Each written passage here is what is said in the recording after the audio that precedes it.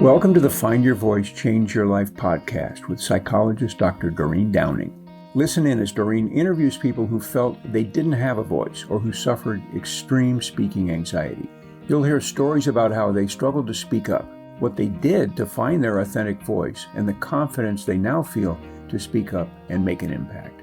If you want to get started right away to find your voice, download Doreen's free 7-step guide to fearless speaking at doreen7steps.com.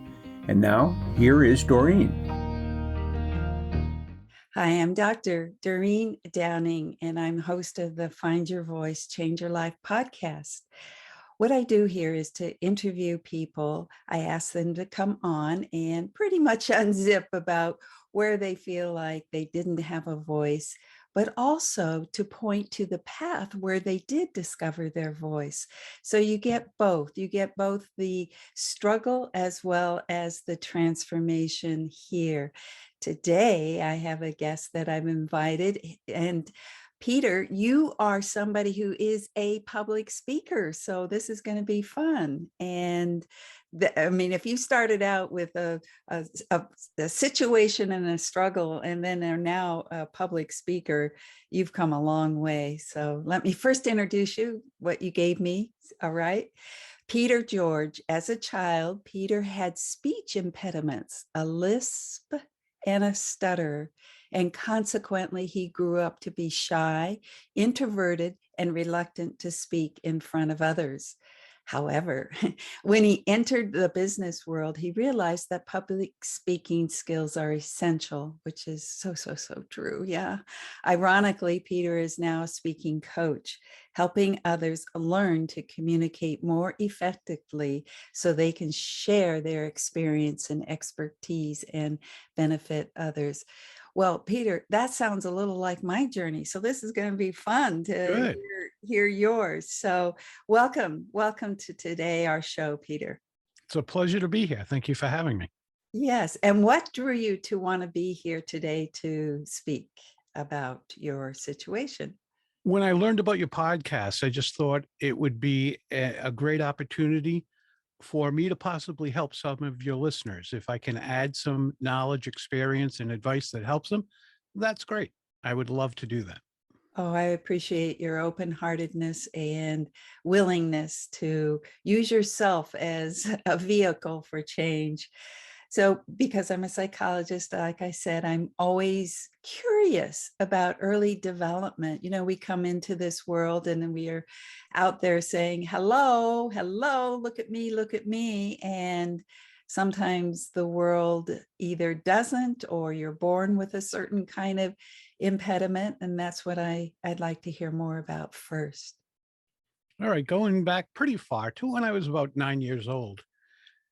Around there. If you grew up, I grew up in Providence, Rhode Island. I live just outside of Providence now. But when you grow up in the city, if you have speech impediments, you're bound to get picked on a little bit. So you learn to do two things fairly well. One is keep your mouth shut. I didn't speak to many people outside my family and friends, and that includes in school. I didn't answer questions if I was called on or anything like that. The other thing you learn to do is be fairly proficient in sports, because if you're good in sports, you generally don't get picked on. So I played baseball, football, and hockey. So I was playing sports year round, and that helped me get through that time.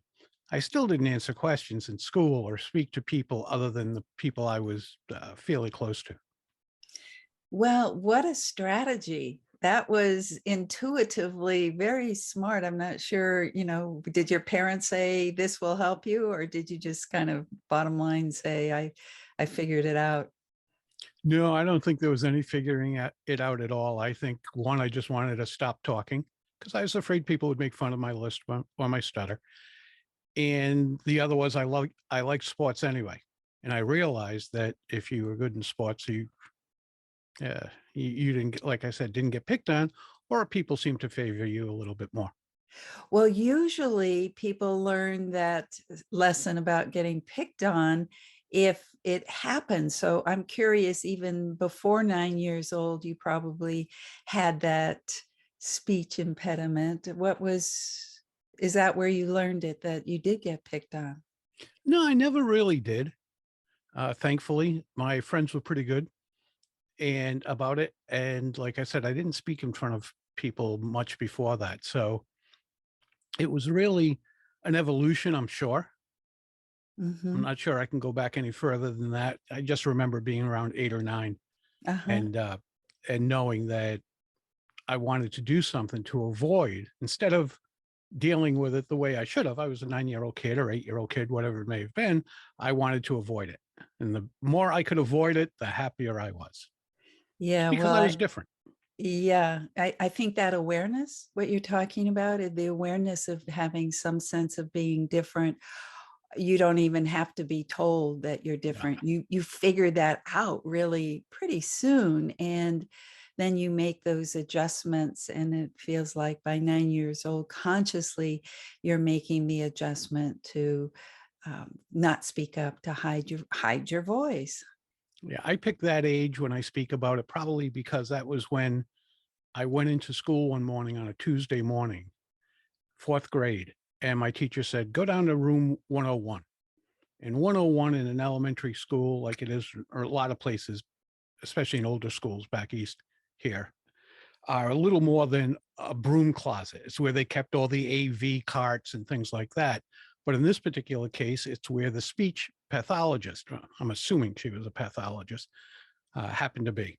It was, again, nothing more than a closet. And I went in there and I stood there in tears every Tuesday morning for an entire year saying uh, things like, slippery Sammy Serpent has 7 silly sisters. I had to say that 1,000 times, let alone every other torturous tongue twister. So that was what they did back in the 60s. They just had you literally stand there for an hour at a time, repeating phrases like that.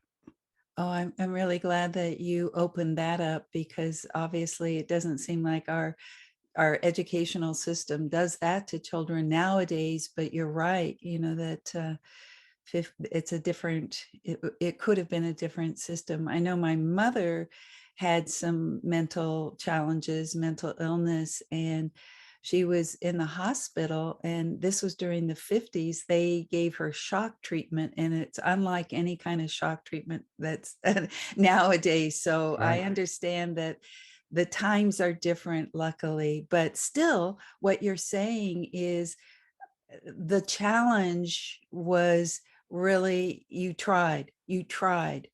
for a year you were attempting to change something that what made it difficult for you to feel comfortable and speak up.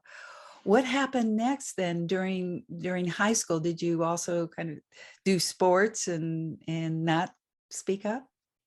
I played sports. I didn't speak up much at all in high school, but by the time I got to high school, both impediments had receded a great deal.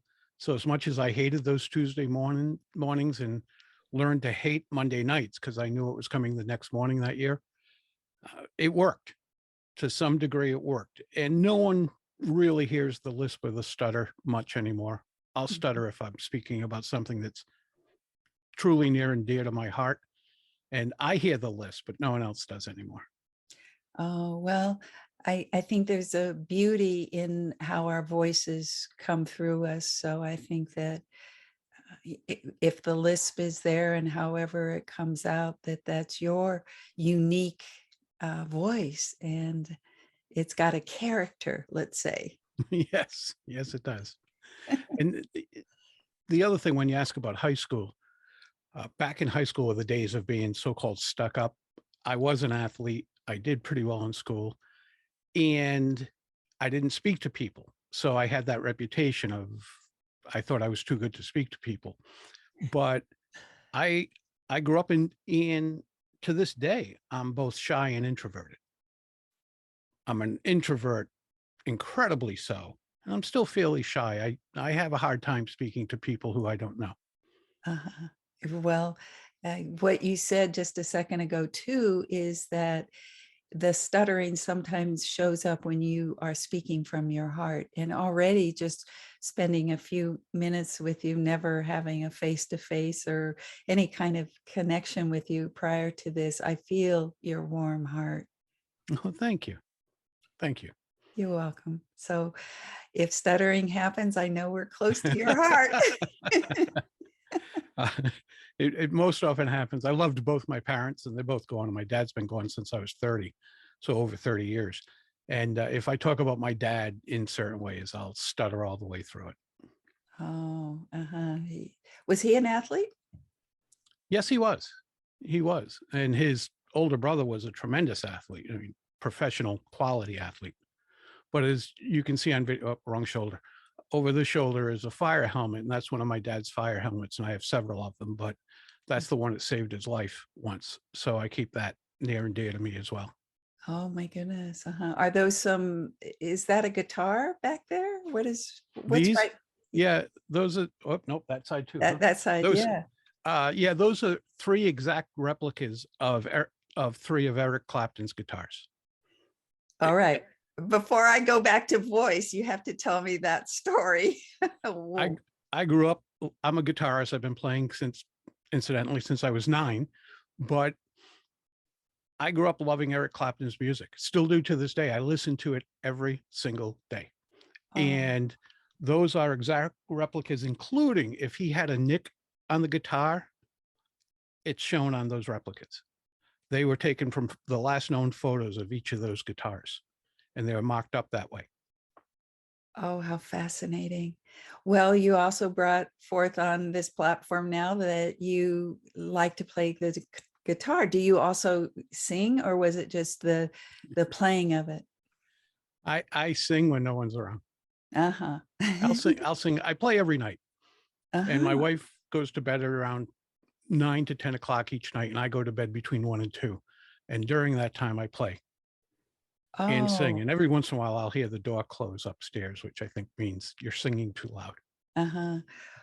Well, sometime we'll have to schedule a podcast at midnight so that we could come in and listen to you. Oh, well, thanks for sharing that. I think that music is a voice in some ways, that it's not just words that come through us, it's the music that comes through your body, your fingers, because you're making a sound, and that's the guitar has a voice, is what I mean, isn't there a song, my guitar sleeps or sings, my guitar weeps? The Beatles, While My Guitar Gently Weeps. That's it. One of my favorite songs to play. Oh, well, we're really getting on here, darn it. I have to get back to what the struggle was. Okay, so we're in high school, and you moving on in life, kind of figuring out that you're a good, solid athlete, and you've got some confidence around that. And then you move on into what, college, or did you start? Tell us about that experience. I know for me, very much the same. My life didn't, I didn't play sports in college, but very much the same. Still shy, still introverted. One of the first classes I ever went to as a freshman had 300 people in it. It was the last day I went to that class. I transferred out of it the next morning. It was just way too many people. And so that's how I spent much of my life. And I was fortunate enough that from school, I went to work for a major electronics firm, a firm that's a leader in the field. And when I got there, I had to present. Hello, world. Yep. Yeah, I got to step up. And there was no way around it. Well, there was one way around it, and that was to leave. And it was too good a job to leave. So what happened there is, this goes back to the days of cassettes. Mm-hmm. I had an hour commute each way to work, and I used to put in a cassette, and I would listen to about public speaking and how to become better at it. And I probably progressed a little, but not as much as I wanted to, and certainly not as quickly as I wanted to. So I went from there. Plus, you get no feedback on how well you're doing. So from there, I went to group coaching, which was good. And from there, I went to personal coaching, which was tremendous. Was the group coaching in person? Yes. With other people? Yeah, there were probably 45 of us. Oh, really? Yeah, it was a big class, which didn't bode well for me, not liking a lot of people aren't being an introvert. That didn't bode well. Right. One-on-one coaching was amazing. Okay, I'll hear about that in a moment, but I want to just ask about that group coaching business. Was that, did your business pay for that? How did you Yes. ever? Uh-huh. Yeah, the company was an awesome company to work for. They paid for that, Mhm. and the other coaching as well. But yeah, they paid for that.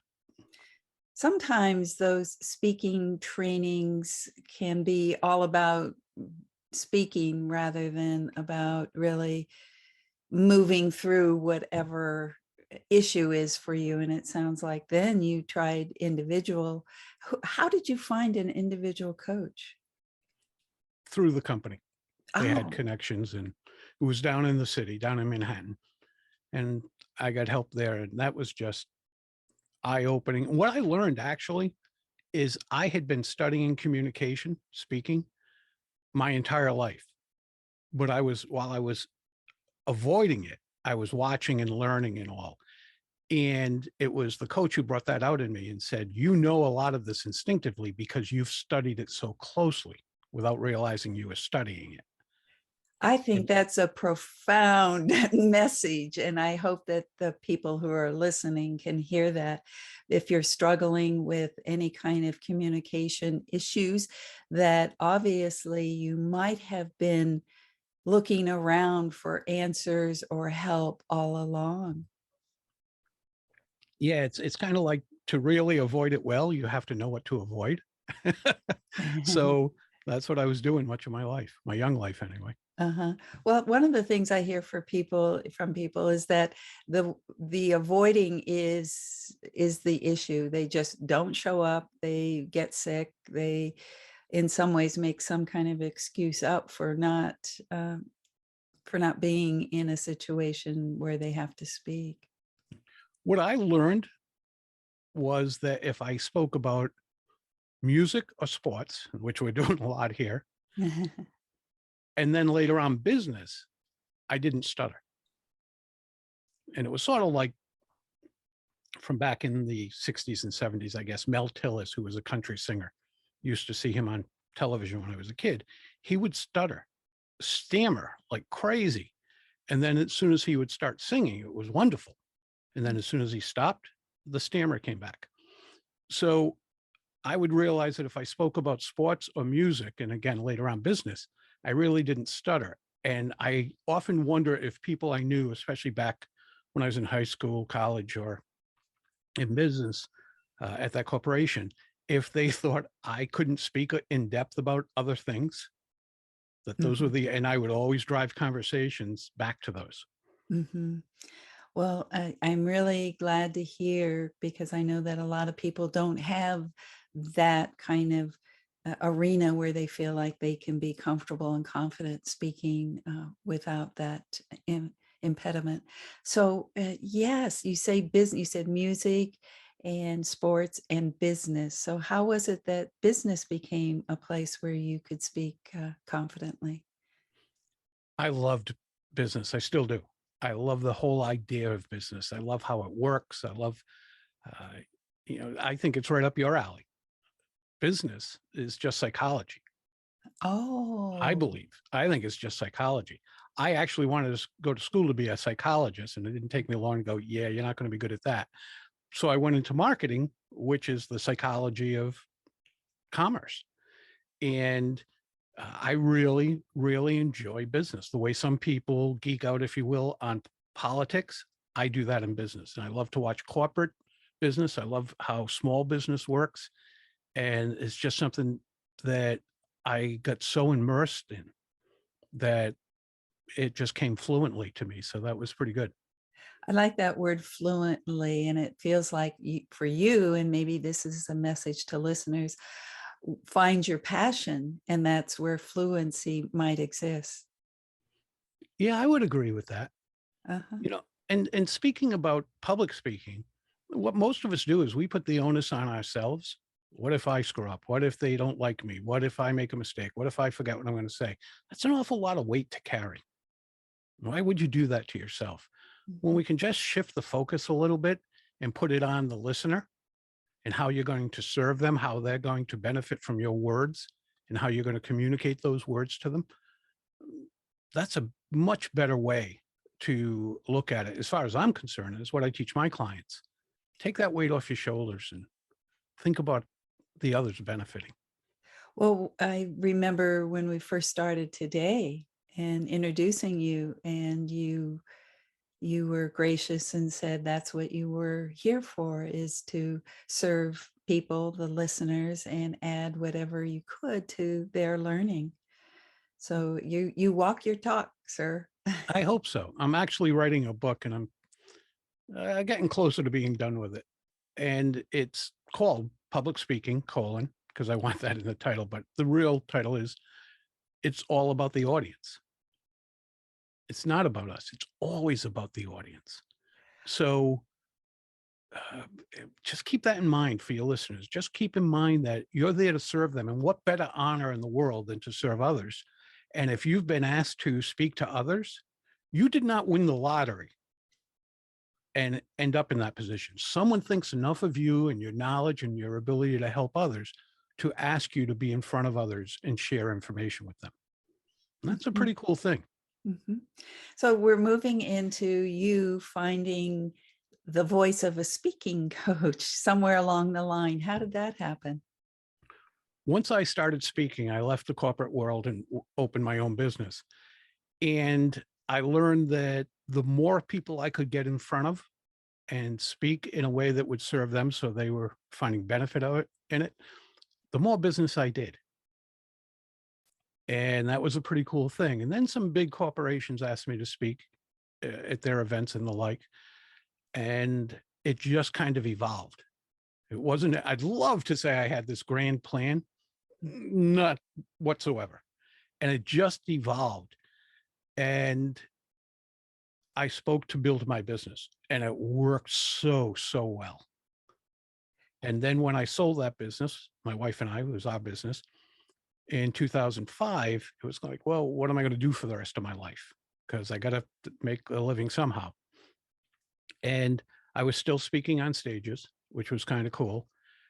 And about 17 years ago, actually, my wife, which was about that time, my wife said to me, you love to help other speakers or people who are just starting out in speaking. What about that? And I thought, who can make a living at that? And then I thought back to my experience in New York. I thought, that's what I'll do. And as I built that business, I did some other things. I had another business, but as I built that business, I still spoke. I don't speak as much anymore. I'm getting too old to to do that. And this current state of being in COVID isn't helping that a great deal, which is fine with me. But man, I just love to help people. And the reason I love to help them with this is because for many people, it's a fear or something they've never been taught to do. And I'm a firm believer that confidence comes from competence. And as you become more competent in public speaking, you'll become more confident about it.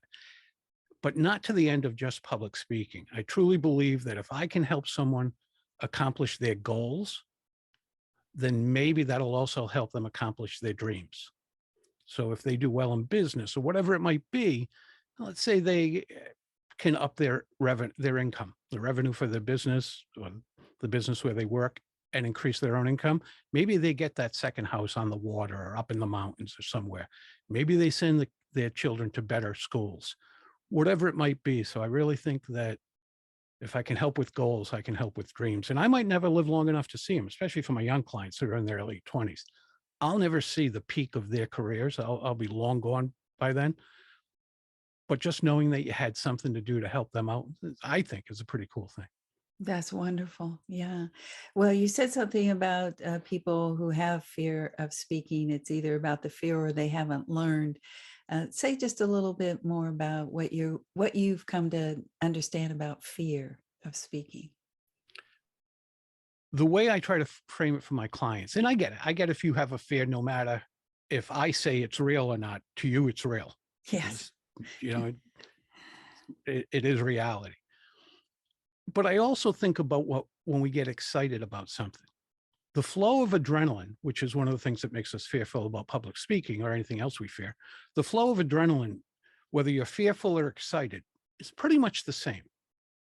I mean, if I can say to anybody, yep, when you get up to speak, your heart races, your blood pressure goes up. If you're light-skinned like me, you can actually see the red go through the throat up into the cheeks, all of that. Your knees get a little weak, your hands shake, your voice quivers, and everybody goes, yup, yup, yup, yup. 90% of those things are true with me.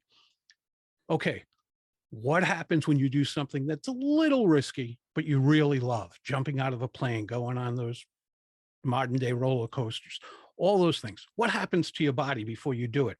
Let me see. Your heart races, your blood pressure goes up. You can see the blood rise into your cheeks.